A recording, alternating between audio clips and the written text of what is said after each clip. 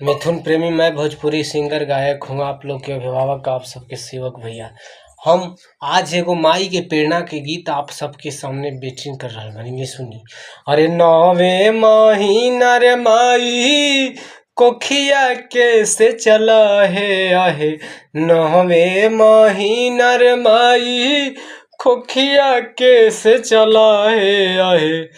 हऊ कर मुँह से मिले रे माई मनुष्य के तनवा है आहे, करम से मिले रे माई मनुष्य के तनवा है आहे, करम से मिले रे माई।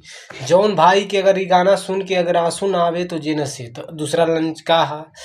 तू ही बाड़ू माई हमारा अचरा के सौआ है आहे, तू ही बाड़ू माई।